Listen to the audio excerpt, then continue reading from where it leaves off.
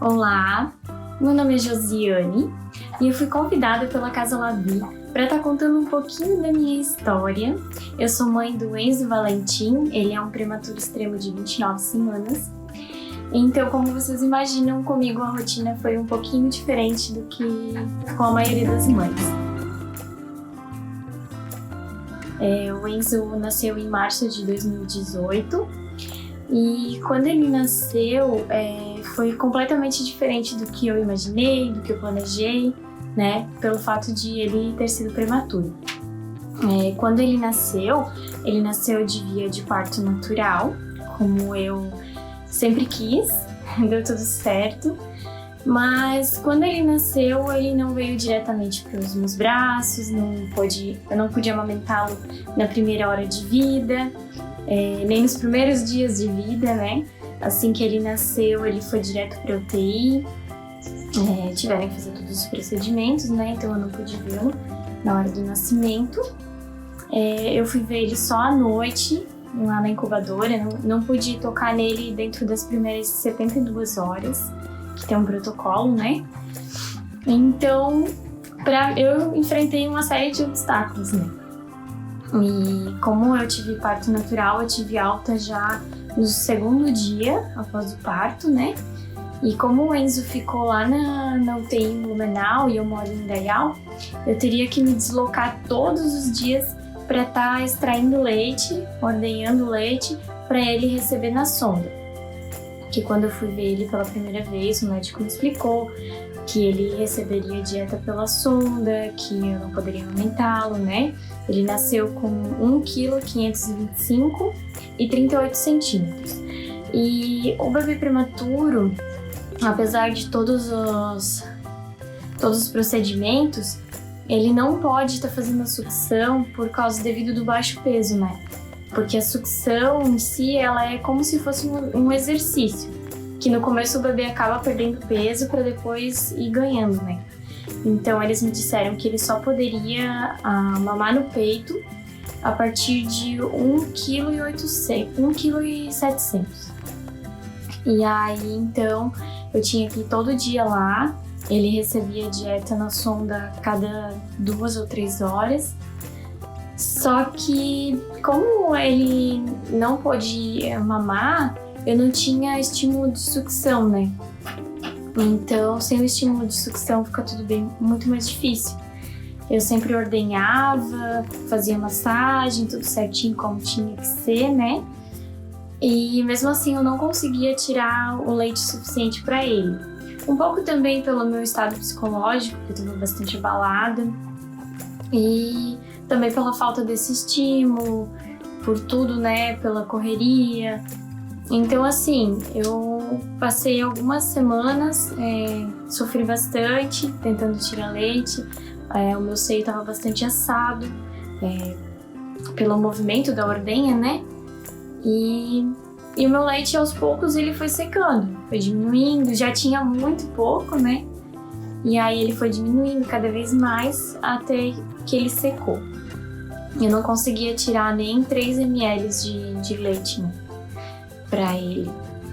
E aí ele foi recebendo leite de doação. É muito importante as mães que doam leite, porque esses bebês na UTI, pra eles é muito importante ter esse leite, né? Então, assim, quando eu não conseguia, ele recebia leite de doação, e quando não tinha leite de doação, porque não era sempre que tinha, né, ele acabava recebendo fórmula. Tanto que ele chegou a receber fórmula 8 vezes ao dia e na sonda. E amamentar pra mim sempre foi, assim, além de um sonho, eu sempre tinha muita... Quando eu engravidei, eu sempre busquei muita informação, né? Que eu acho que a gente não pode ficar se baseando muito uma nas experiências da outra. Claro que, de certa forma, às vezes a experiência da gente pode estar ajudando, mas eu sempre busquei me informar. Então, assim, eu me informei muito sobre a via de parto, me informei sobre a amamentação, e pelo fato dele ter nascido prematuro, ainda mais eu sabia que ele precisava muito do meu leite, né? Porque os benefícios, eles são milhares, tanto para ele quanto para mim. Então, assim, quando o meu leite foi diminuindo e que chegou ao ponto de secar, eu fiquei muito abalada, eu fiquei muito triste, porque pra mim eu achei que a amamentação tinha acabado ali, que eu não ia poder amamentá-lo, que meu leite já tinha secado, que ele ainda ia demorar alguns dias pra estar podendo ser liberado mamar no peito. Então, quanto mais tempo também o bebê passa na UTI, mais ele vai perdendo aquele estímulo de sucção natural, né? Então, a enfermeira me ensinou a colocar uma luva no meu dedo mindinho e tá sempre colocando na boquinha dele pra estimular a sucção, né? Então eu ia fazendo isso, só que eu tava sem o leite, né? Eu não tinha mais leite. E aí eu tava lá no Cian, que é onde as mães tiram leite, né? E conversando com uma das mães, eu expliquei a minha situação, né? Contei que achei que eu achava que eu não ia poder amamentar meu filho quando ele fosse liberado, porque o meu leite tinha secado. Eu fazia toda a massagem, todo o processo certinho da ordenha e não saía nem 3 ml de leite. E essa mãe que eu tava conversando disse: calma, não é bem assim, fica tranquila, tem uma medicação que faz voltar o leite. Nossa, quando ela falou isso pra mim, foi assim, uma luz no fim do túnel, né? E eu já tinha perdido totalmente as esperanças e tava muito abalada, muito triste, porque era uma coisa que eu queria muito e que meu filho precisava muito, né? Então, aquilo pra mim foi, assim, a melhor coisa que eu poderia ter ouvido naquele dia, né? E aí ela disse pra eu conversar com o médico da UTI e pedir a receita do medicamento, e ela também me indicou comprar a bombinha de sucção elétrica, né? Que ela imita, não é exatamente igual, mas ela imita a sucção natural do bebê e poderia estar me ajudando, né, a produzir mais leite. E aí, então eu fui super ansiosa, subi lá no UTI, conversei com o médico, falei que eu tava sabendo que existia um medicamento, que meu leite tinha secado, mas que eu queria muito amamentar, que eu sabia da importância, né, do quanto ainda mais o meu filho precisava por ser prematuro. E aí ele fez a prescrição médica. Eu fui na farmácia, comprei também a bombinha elétrica e deu tudo certo, meu leite voltou. E aí eu comecei a tirar leite a cada 1h30, 2 horas, para estar cada vez mais estimulando essa produção, né? Comecei também a ingerir mais líquido. Eu já estava vindo de uma alimentação saudável desde a gestação, então eu só continuei, só aumentei os líquidos, comecei a beber mais água. E o meu leite, assim, nossa, desceu muito. Veio muito leite e eu fiquei muito feliz. Aí logo uns dias depois, o Enzo já foi liberado para estar mamando no peito. E o primeiro dia que eu aumentei ele foi muito emocionante. A boca dele era bem pequena, muito pequena. E ele só abocanhava o bico do meu seio. Então a gente sabe que a pega correta, ela depende do bebê abocanhar toda a auréola, né? Porque senão ele não consegue estar fazendo sucção e extrair o leite. Mas aos poucos a gente foi aprendendo, eu e ele, e a gente conseguiu a pega correta. E assim, o que pra mim parecia perdido, uma causa perdida, que seria impossível, depois de muita luta, deu certo. E por ele ser prematuro extremo, eu amamentei ele 8 meses exclusivo no peito e complementar até 2 anos e 4 meses. Faz 3 meses que ele desmamou.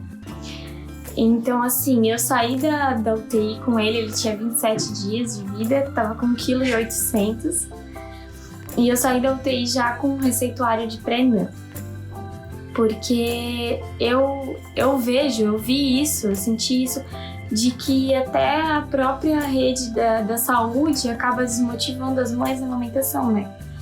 Porque eu saí de lá com um receituário de pré-NAN, me pediram para complementar, porque talvez o meu leite poderia não estar sendo suficiente. Mas como eu já estava muito informada e sabia que isso realmente é um mito, no caso do Enzo, ele precisaria ganhar peso mais rápido, né? Porque ele precisava tomar as vacinas. E para tomar as vacinas iniciais, ele teria que ter no mínimo 2 quilos. Então eu comecei a ficar com medo. Apesar de toda a informação que eu tive, a gente acaba ficando insegura por ser mãe de primeira viagem, por ele ser prematuro. E aí eu comecei a pensar, será que eu preciso complementar para ele estar ganhando mais peso? Aí comecei a ficar nessa insegurança e pensei, vou ligar pra pediatra, vou agendar uma consulta pra conversar com ela, né? Aí eu fui na pediatra. Assim, ainda bem que a pediatra do meu filho ela é muito atualizada e humanizada. E ela me deixou super segura, disse que eu não precisaria estar complementando, porque ele estava fazendo ele estava com a pega correta, ele estava fazendo a mamada completa. Eu estava amamentando ele em livre demanda, sem chupetas, sem mamadeira, sem chazinho, sem nada. Só leite materno em livre demanda, né? E ela disse pra eu continuar assim e ficar tranquila, que no começo o ganho de peso ele é mais demorado mesmo, né? Então ela me deixou bem aliviada e bem segura pra estar continuando somente com a amamentação, né?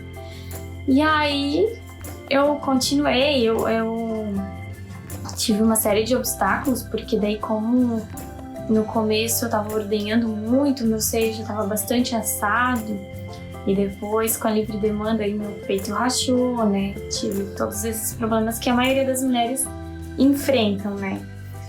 Então, mas eu nunca desisti, porque sabia, né, de todos os benefícios. E aí deu tudo certo no final, eu consegui amamentar ele por todo esse tempo. E eu só queria dizer para as mães que talvez estão nesse momento de dificuldade, calma e confia, vai dar tudo certo, é só uma fase. Eu tive dificuldade, assim, ele veio para casa com 27 dias, né? Eu tive dificuldade, assim, nas primeiras 2 semanas, que foi, assim, as mais delicadas, assim, um pouquinho de dor, né? Mas depois disso deu tudo certo. E ele começou a ganhar peso e ele é extremamente saudável. Apesar de todos os riscos, ele não teve nenhuma sequela e no final deu tudo certo. Então, assim, só para finalizar, eu gostaria de dizer, né, que a amamentação realmente não é um processo fácil. Algumas mulheres têm sim uma facilidade maior, mas elas são a minoria. A maioria enfrenta muitos obstáculos. O início, principalmente, é muito difícil. E a gente acaba não tendo apoio nem dos próprios profissionais da saúde. Então, assim, se você tá tendo algum tipo de dificuldade, busque um banco de leite ou até uma consultoria, uma consultoria de aleitamento materno para estar te auxiliando, porque o começo realmente não é fácil, mas depois você vai ver que toda essa luta, todo esse esforço, ele é compensado, né? Eu acho que não existe sensação melhor do que amamentar e saber que você está provendo o melhor alimento do mundo para o seu filho. Então, assim, não desista, procure alguém para estar te auxiliando, se informe se você ainda é gestante, se informe muito sobre a amamentação, porque isso é bastante importante. Mesmo assim, às vezes bate uma insegurança e é nessa hora que eu acredito que a gente precisa buscar alguém que possa nos auxiliar nesse momento. Então é isso, espero que vocês tenham gostado. Eu tentei resumir ao máximo um pouquinho da minha história, mas não desista, a amamentação é muito importante. E depois que passa essa fase, tudo fica muito mais tranquilo, mais leve. Então, obrigado pela oportunidade